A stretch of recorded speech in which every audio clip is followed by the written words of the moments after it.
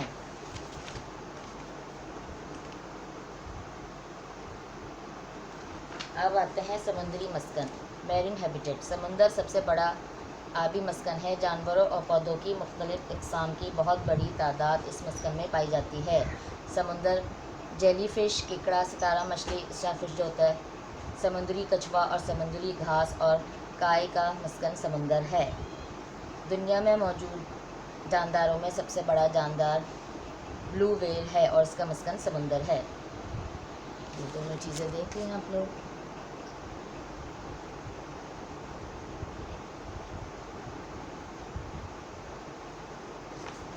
اب آتے ہیں ساحلی مسکن، کوسٹل ہیبیٹیٹ۔ یہ وہ علاقہ ہوتا ہے جہاں سمندر اور زمین آپس میں ملتے ہیں۔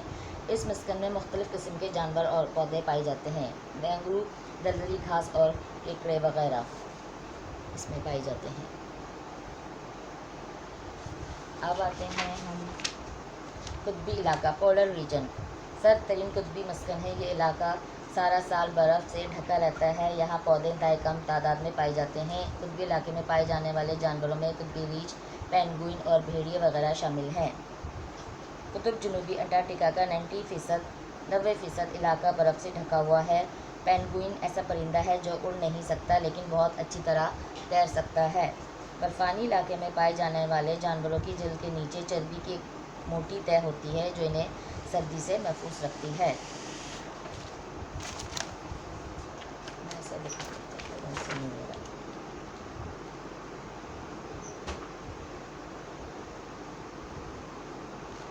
اب آتے ہیں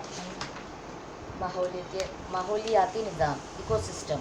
کسی جگہ پر موجود تمام جاندار اور بے جان اشیاء ایک دوسرے پر اثر انداز ہوتی ہیں۔ اس میں پودے، جانور، پرندے، حشرات، پانی، چٹانیں اور مٹی وغیرہ شامل ہیں۔ اس کو ماحولیاتی نظام کہتے ہیں۔ مختلف قسم کے جانوروں کا ماحولیاتی نظام مختلف ہوتا ہے۔ مثلاً مینڈک کا ماحولیاتی نظام شیر کے ماحولیاتی نظام سے مختلف ہوتے ہیں۔ مطابقت، اڈیپٹیشن۔ قدرتی ماحول میں مختلف عوامل کی وجہ سے تبدیلیاں رونما ہوتی رہتی ہیں۔ جاندار اپنی بقا کے لیے اپنے آپ کو ان تبدیلیوں کے لیے تیار کرتے ہیں۔ کسی خاص مسکن میں رہتے ہوئے جاندار بدلتے ہوئے حالات کا مقابلہ کرنے کے لیے اپنے اندر کوئی خاصیت پیدا کر لیتے ہیں۔ اسے مطابقت کہتے ہیں۔ یہ مطابقت خوراک کے حصول، موسمی اثرات اور دشمنوں سے بچاؤ کے لیے ضروری ہوتی ہے۔ آئیے دیکھتے ہیں مختلف جانور کس طرح اپنے مسکن سے مطابقت رکھتے ہیں۔ یہ دیکھیں، پہلے آپ کو قریب سے شو کر دے رہی ہوں۔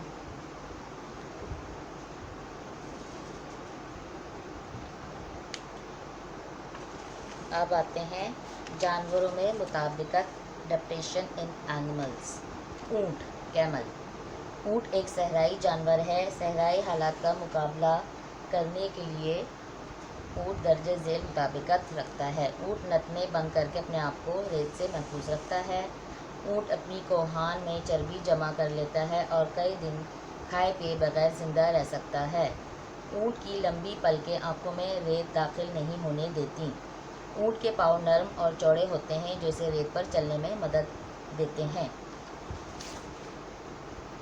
اونٹ کا، کیمل کا، اردو میں اونٹ کہتے ہیں، انگلش میں کیمل کہتے ہیں۔ یہ صحرائی جانور ہے، ڈیزرٹ اینیمل ہے۔ اب آتے ہیں مچھلیوں کی طرف۔ مچھلیاں ہر طرح کے آبی مسکن میں پائی جاتی ہیں۔ آبی مسکن میں رہنے کے لیے مچھلیاں درجہ ذیل مطابقت رکھتی ہیں۔ ان کے جسم کے دونوں طرف میں فنس ہوتے ہیں جو انہیں تیرنے میں مدد دیتے ہیں۔ مچھلیوں کا منہ پتلا اور نوکدار ہوتا ہے جو پانی میں راستہ بنانے میں مددگار ہے۔ مچھلیاں اپنی خاص آنکھوں کی مدد سے پانی میں دیکھنے کی صلاحیت رکھتی ہیں۔ ان کے سر کے اطراف میں گل پھڑے ہوتے ہیں جو سانس لینے میں مددگار ہیں۔ مچھلیوں کی دم دو شاخہ ہوتی ہے جس سے یہ پانی میں آسانی سے تیر سکتی ہیں۔ اب آتے ہیں برفانی ریچھ کی طرف۔ پولر بیئر یہ ہوتا ہے۔ برفانی ریچھ قطبی علاقے میں پائے جاتے ہیں، یہاں سخت سردی پڑتی ہے۔ اس سردی کا مقابلہ کرنے کے لیے برفانی ریچھ میں مطابقت اس طرح ہوتی ہے، اس کی کھال موٹی اور سخت ہوتی ہے۔ کھال کے نیچے چربی کی موٹی تہہ اسے سردی سے محفوظ رکھتی ہے۔ پانی میں تیرتے وقت یہ اپنی ناک بند کر لیتا ہے۔ سونگنے کی تیز حس اسے شکار کو ڈھونڈنے میں مدد کرتی ہے۔ اس کی کھال کا سفید رنگ اسے برف میں دشمنوں سے محفوظ رکھتا ہے۔ اس کے پاؤں نرم، چوڑے اور خمدار ہوتے ہیں، یوں اسے برف پر چلنے میں مدد دیتے ہیں۔ اس کے پاؤں نرم، چوڑے اور خمدار ہوتے ہیں، یوں اسے برف میں چلنے میں مدد دیتے ہیں۔ اب آتے ہیں پودوں میں مطابقت، اڈیپٹیشن ان پلانٹس۔ تھور گرم اور صحرائی علاقے میں پائے جانے والے پودوں کے تنے موٹے اور سخت چھال والے ہوتے ہیں، جس سے ان پودوں کی پانی ذخیرہ کرنے کی صلاحیت بڑھ جاتی ہے۔ ان کے پتے چھوٹے یا کانٹے دار ہوتے ہیں اور جڑیں زمین میں بہت گہری ہوتی ہیں تاکہ پانی جذب کرنے میں آسانی ہو، مثلاً تھور۔ کیکٹس نوکدار پتے جانوروں سے بچاتے ہیں۔ موٹا تنا پانی ذخیرہ کرنے میں مدد دیتا ہے۔ مسام دن کو بند ہو جاتے ہیں اور رات کو کھلتے ہیں تاکہ نمی کے اخراج کو کم کیا جا سکے۔ لمبی، پتلی اور گہری جڑیں زمین سے پانی جذب کرنے میں مددگار ہوتی ہیں۔ لمبی، پتلی اور گہری جڑیں زمین سے پانی جذب کرنے میں مددگار ہوتی ہیں۔ یہ ہوتا ہے کیکٹس کا پودا پلانٹس۔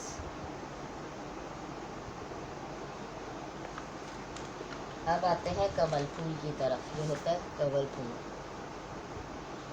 جو تالاب میں ہوتے ہیں۔ پانی میں پائے جانے والے پودوں کے پتے بڑے اور چوڑے ہوتے ہیں جو انہیں پانی میں تیرنے میں مدد دیتے ہیں۔ ان کے تنے پتلے، لچکدار اور پانی کے اندر ہوتے ہیں، مثلاً کنول۔ اب آتے ہیں چیڑ کی طرف۔ سرد علاقوں میں پائے جانے والے پودوں کے پتے باریک اور نوکدار ہوتے ہیں۔ ان میں پھول کی بجائے کون ہوتی ہیں جو سرد موسم میں بند رہتی ہیں۔ کون گرم موسم میں کھلتی ہیں اور بیج بکھرا کر افزائش نسل کا سبب بنتے ہیں، مثلاً چیڑ۔ یہ دیکھیں اس طرح کے ہوتے ہیں یہ۔ اب آتے ہیں قدرتی مساکن پر انسانی سرگرمیوں کے اثرات۔ Effects of human activities on natural habitats۔ آپ جان چکے ہیں کہ جنگلات، صحرا، گھاس کے میدان، تازہ اور نمکین پانی کے ذخائر مختلف جانوروں کے مساکن ہیں۔ انسان اپنے فائدے کے لیے ان قدرتی مساکن کو مختلف طریقوں سے متاثر کر رہے ہیں، جس سے ان مساکن میں ایسی تبدیلیاں رونما ہو رہی ہیں جو وہاں پائے جانے والے پودوں اور جانوروں کے لیے انتہائی نقصان دہ ہیں۔ انسانی سرگرمیوں کے نتیجے میں جانداروں کو خوراک، پانی اور پناہ گاہوں کی کمی کا سامنا ہوتا ہے اور یوں ان کی زندگی خطرے میں پڑ جاتی ہے۔ ایمیزون جنگلات زمین پر سب سے بڑے برساتی جنگلات ہیں۔ پچھلے 50 سال میں انسانی سرگرمیوں کی وجہ سے ان کے رقبہ میں 17% تک کمی ہوئی ہے۔ زمینی مسکن پر انسانی سرگرمیوں کے اثرات۔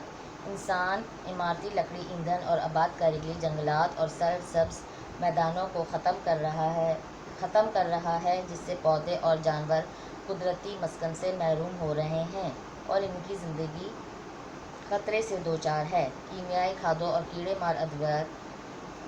مار ادویات کے استعمال سے نہ صرف پودے اور جانور بلکہ انسان بھی متاثر ہو رہے ہیں۔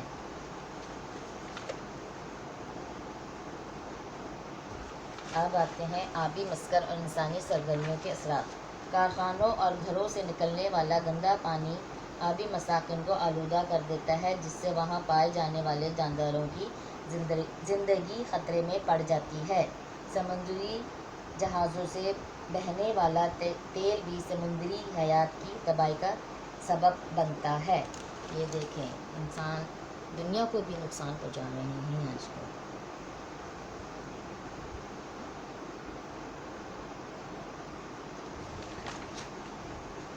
اب پڑھتے ہیں اہم نکات۔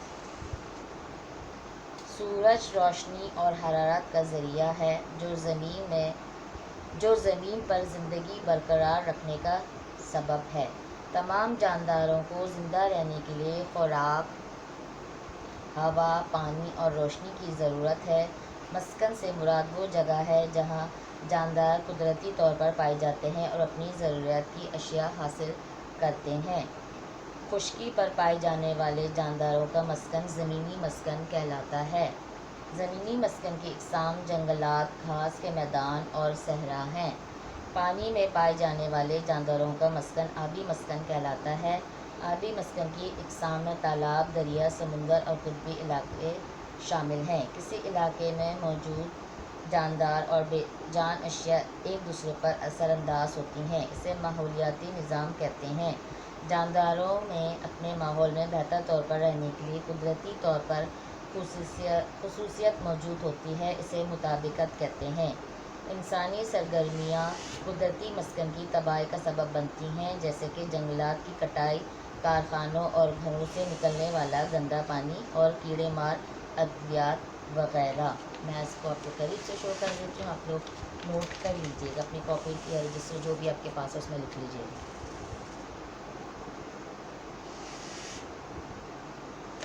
مجھے امید ہے بچوں آپ لوگوں کو پسند آیا ہوگا آج کا یہ ویڈیو بھی۔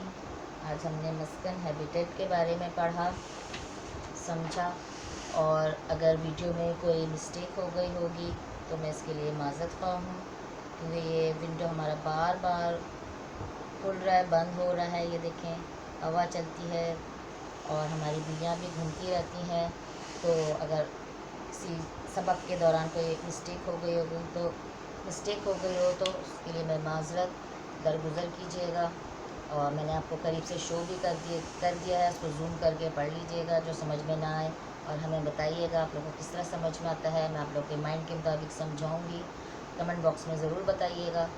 اور آخر میں وہی چھوٹی بات کرتی ہوں، سارے انسانوں کا، سارے جانوروں کا بہت سارا خیال رکھیے گا، ہمارا چینل سبسکرائب کرنا مت بھولیے گا، ہمیں دعاؤں میں یاد رکھیے گا، میں بھی آپ لوگوں کو دعاؤں میں یاد رکھوں گی، اور اگر کوئی غلطی ہو گئی تو اس کے لیے معذرت، آپ لوگ زوم کر کے پڑھ لیجیے گا، ٹھیک ہے؟ اور اپنا ہی بہت سارا خیال رکھیے گا، جب تک لیے اللہ حافظ، ٹاٹا، بائے بائے۔